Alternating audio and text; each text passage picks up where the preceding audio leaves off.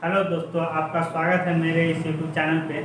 आइए आज हम लोग देखते हैं बौद्ध धर्म से जुड़ी हुई इम्पोर्टेंट पॉइंट जो कि आपके एग्जाम में कई बार इस बौद्ध धर्म से क्वेश्चन पूछा गया है। तो बौद्ध धर्म का उत्पत्ति कैसे हुआ, क्या है इसकी प्रमुख विशेषताएं, कैसे कैसे इस पूरे भारत में अपना स्थान बनाया, उसके बारे में आज हम लोग पढ़ते हैं। तो हम लोग जानते हैं कि बौद्ध धर्म के संस्थापक किसे माना जाता है। गौतम बुद्ध को बौद्ध धर्म के संस्थापक माना जाता है। तो बौद्ध धर्म के संस्थापक जो गौतम बुद्ध को माना जाता है, तो इसको जो है पूरे कहानी के तौर पे इसको हम समझने का प्रयास करेंगे। उसके बाद फिर इस इम्पोर्टेंट पॉइंट जो है इसको हम देख लेंगे, ठीक है। तो हम लोग जानते हैं कि बौद्ध धर्म के संस्थापक किसे कहा जाता है, गौतम बुद्ध को। गौतम बुद्ध के पिता एक का नाम है शुद्धोधन, जो कि कपिलवस्तु के राजा थे। कपिलवस्तु के राजा थे, उनकी माता के नाम महामाया देवी थी। गौतम बुद्ध के माता के नाम महामाया देवी थी। उन्हें एक पुत्र की प्राप्ति होने वाले थे। इसी क्रम में वह अपने मायके जा रहे थे। मायके जाने के क्रम में ही एक जंगल जो कि लुम्बिनी वन के नाम से जाना जाता है, वही वन में प्रसव पीड़ा हुई और उन्हें एक पुत्र की प्राप्ति हुआ। उसके बाद पुत्र प्राप्ति होने के बाद तो कई बार आपको पूछा जाता है कि जे गौतम बुद्ध का जन्म कहाँ हुआ, तो लुम्बिनी नामक वन में हुआ था, जो कि कपिलवस्तु में पड़ता था।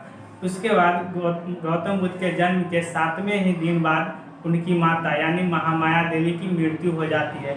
उसके बाद उनके पिता जो है अपनी साली अर्थात गौतम बुद्ध के मौसी से शादी कर लेते हैं। उसके बाद गौतम बुद्ध के कुंडली, जब शुद्धोधन ने गौतम बुद्ध के कुंडली दिखाने जाते हैं कौटिल्य ऋषि के पास, तो उन्होंने बताते हैं कि ये इनके भविष्य में 2 गद्दी है।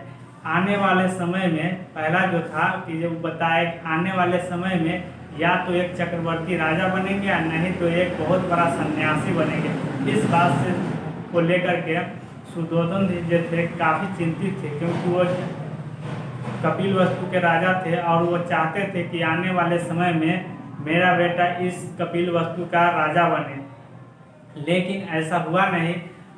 उसके बाद उनको देखा जाता है, धीरे धीरे समय बीतता गया और उनको देखा जाता था कि शांत स्वभाव से चिंतन करने का इच्छा रहता था गौतम बुद्ध के। तो उसके बाद ये सब परिस्थिति को देखते हुए वो काफ़ी चिंतित हुए कि जो कहीं आने वाला समय में मेरा बेटा सन्यासी तो नहीं बन जाएगा। तो उनको जो है 16 वर्ष की अवस्था में यशोधरा नामक कन्या से उनका विवाह किया जाता है, ताकि वो जानते थे कि जो ये पारिवारिक मोह माया में फंस जाएगा और सन्यासी को और इनका ध्यान नहीं जाएगा। इससे होगा क्या कि जो आने वाला समय में ये राजा बनेंगे। अर्थात ऐसा हुआ नहीं, शादी 16 वर्ष के अवस्था में हो गया। उसके बाद उनको एक पुत्र की प्राप्ति हुआ जिनका नाम था राहुल। उसके बाद गौतम बुद्ध ने कपिलवस्तु के सैर पर निकले तो उन्होंने 4 दृश्य देखे। 4 दृश्य में पहला दृश्य था एक वृद्ध व्यक्ति को देखे, दूसरा एक बीमार व्यक्ति को देखे, एक मृत व्यक्ति को देखे। उसके बाद ये सब देखने के बाद जो है चौथा एक सन्यासी को देखे। और सन्यासी को देख करके उन्होंने इतना प्रसन्नचित हुए कि जो देखे कि जो संसार में कोई सबसे ज़्यादा सुखी होता है तो वह है सन्यासी है। तो वो देखते हुए उन्होंने निर्णय ले लिया, लास्ट तक निर्णय ले लिया कि हमें सन्यासी ही बनना है। और शादी होने के बाद 29 वर्ष की अवस्था में उन्होंने गृह त्याग कर दिए, जो कि बौद्ध धर्म में महाभिन्न निष्क्रमण के नाम से जाना जाता है। तो गुरुओं से शिक्षा लेने गए। उसके बाद गुरु में प्रथम गुरु उन्हें आलार का नाम बेटा गए, जो कि वैशाली में थे। उसके बाद दूसरे गुरु उनके रुद्रक राम पुत्र थे, जो कि राजगृह के थे। तो उसके बाद जो मतलब कि शिक्षा ग्रहण करते करते उन्होंने 6 वर्ष तक से शिक्षा ही ग्रहण किए। उसके बाद 29 वर्ष की अवस्था में गृह त्याग किए। उसके बाद 6 वर्ष की पश्चात उन्होंने अर्थात 35 वर्ष की अवस्था में उन्हें ज्ञान की प्राप्ति हुआ। उसके बाद ज्ञान प्राप्ति के बाद उन्होंने कई जगह उपदेश भी दिए और ज्ञान प्राप्ति जब हो गया तो तब उन्हें बुद्धत्व के नाम से भी ज्ञान प्राप्ति के बाद उन्हें बुद्धत्व के नाम से जाना गया। उसके बाद कई नाम ऐसे दिए गए, एशिया का ज्योतिष नाम भी दिया गया। उसके बाद जब ज्ञान प्राप्ति हो गया, उसके बाद उनका प्रथम शिष्य बना जो कि सबसे प्रिय था, उसका नाम था आनंद। और आनंद जो उनका प्रिय शिष्य था, उसके बाद उन्होंने उपदेश देना शुरू किए, तो वह सारनाथ में दिए थे। उसके बाद सर्वाधिक उपदेश पूछा जाए तो वो सर्वाधिक उपदेश श्रावस्ती में दिए थे। अर्थात ये सब उपदेश देते हुए बहुत ही संख्या में बौद्ध धर्म में लोग जोड़ते गए। उसके बाद बौद्ध धर्म भारत का एक विशाल धर्म बन गया। अर्थात ये सब होते हुए 80 वर्ष की अवस्था में गौतम बुद्ध की मृत्यु हो जाता है। उसके बाद इस टॉपिक के माध्यम से देख लेते हैं यहाँ पे, यानी कि 6ठी शताब्दी ईसा पूर्व में नए राष्ट्रों का उदय हुआ। मतलब ईसा मसीह के जन्म से 6 वर्ष पूर्व जो है 2 धर्मों का उदय हुआ, जिसमें पहला था आस्तिक संप्रदाय और नास्तिक संप्रदाय। आस्तिक संप्रदाय से क्या तात्पर्य है आप लोग समझते होंगे। आस्तिक जिसे भगवान में विश्वास है उन्हें आस्तिक के नाम से जाना जाता है, और जिन्हें भगवान में विश्वास नहीं है उन्हें नास्तिक के नाम से जाना गया। तो नास्तिक संप्रदाय जो है, जिसका आपका एग्जाम्पल है गौतम बुद्ध, जैसे कि बौद्ध धर्म और जैन धर्म नास्तिक संप्रदाय के अंतर्गत होता है, जिन्हें आत्मा में विश्वास है, भगवान पे इन्हें विश्वास नहीं है। उसके बाद गौतम बुद्ध का सामान्य परिचय है यहाँ पे। तो गौतम बुद्ध का जन्म जो है 563 ईसा पूर्व में लुम्बिनी नामक वन में हुआ था, जो कि अभी हम बताए हैं आपको कहानी के माध्यम से। लुम्बिनी नामक वन में गौतम बुद्ध का जन्म हुआ, जो कि कपिलवस्तु में हुआ था। उसके बाद उनका मृत्यु जो हुआ था 483 ईसा पूर्व कुशीनगर 80 वर्ष की अवस्था में हो गया था। गौतम बुद्ध के बचपन का नाम अगर पूछा जाए तो उनका बचपन का नाम सिद्धार्थ था, और पिता का नाम जो था वह सुदोधन था, जो कि कपिलवस्तु के राजा थे। सुदोधन जो थे कपिलवस्तु के राजा थे। उसके बाद गौतम बुद्ध के माता के नाम कई बार पूछा जाता है एग्जाम में। तो गौतम बुद्ध के माता का नाम महामाया देवी था, जो कि कोलीय वंश से संबंधित था। उसके बाद गौतम बुद्ध के जन्म के 7वें ही दिन बाद उनकी माता यानी कि महामाया देवी की मृत्यु हो जाती है।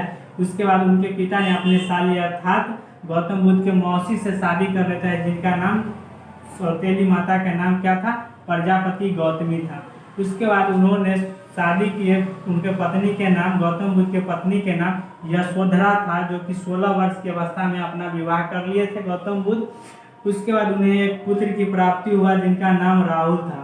उसके बाद जब पुत्र प्राप्ति हो गया, उसके बाद गौतम बुद्ध ने कपिलवस्तु के सैर पर निकले तो उन्होंने देखा 4 दृश्य उन्हें दिखाई दिया, जिनमें से एक वृद्ध व्यक्ति के देखे, एक बीमार व्यक्ति के देखे और उसके बाद एक मृत व्यक्ति के देखे। ये तीनों दृश्य देख करके उन्होंने काफ़ी दुखित हुए कि एक मृत व्यक्ति था जो पूरा वृद्ध था, उनको चलना उठना बैठना काफ़ी मुश्किल था।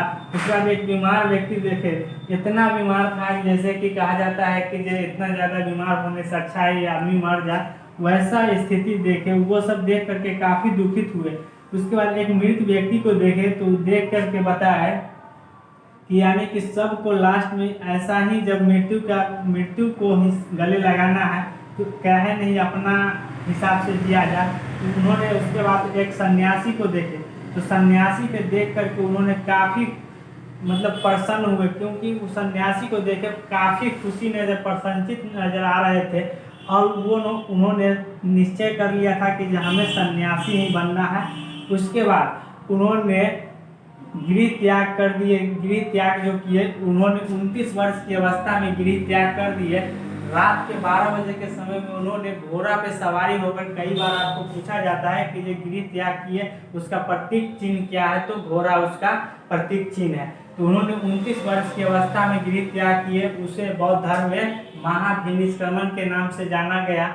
उसके बाद जब गृह त्याग करके गए तो उनको प्रथम गुरु भेटाए, जो कि अलार कलाम भेटाए। उन्होंने वैशाली के थे, मतलब कि प्रथम गुरु जो थे अलार कलाम वह वैशाली के थे।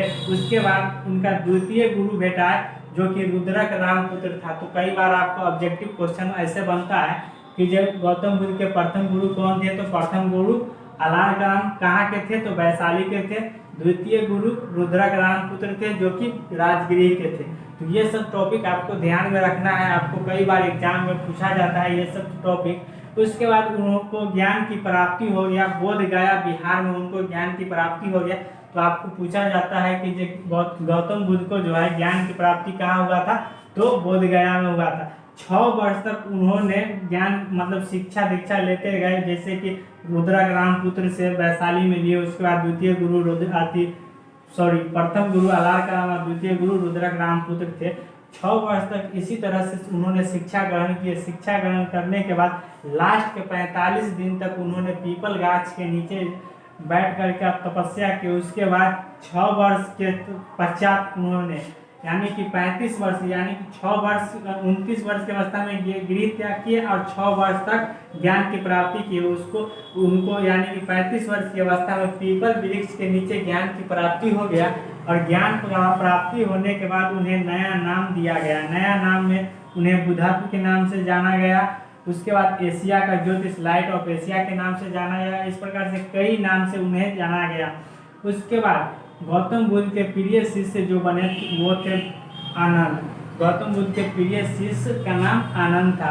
उसके बाद उन्होंने प्रथम उपदेश सारनाथ में दिए और कई बार आपको पूछा जाता है कि सर्वाधिक उपदेश कहाँ दिए, तो सर्वाधिक उपदेश जो दिए थे वो श्रावस्ती में दिए थे, जो कि यहाँ पे लिखे हुए हैं।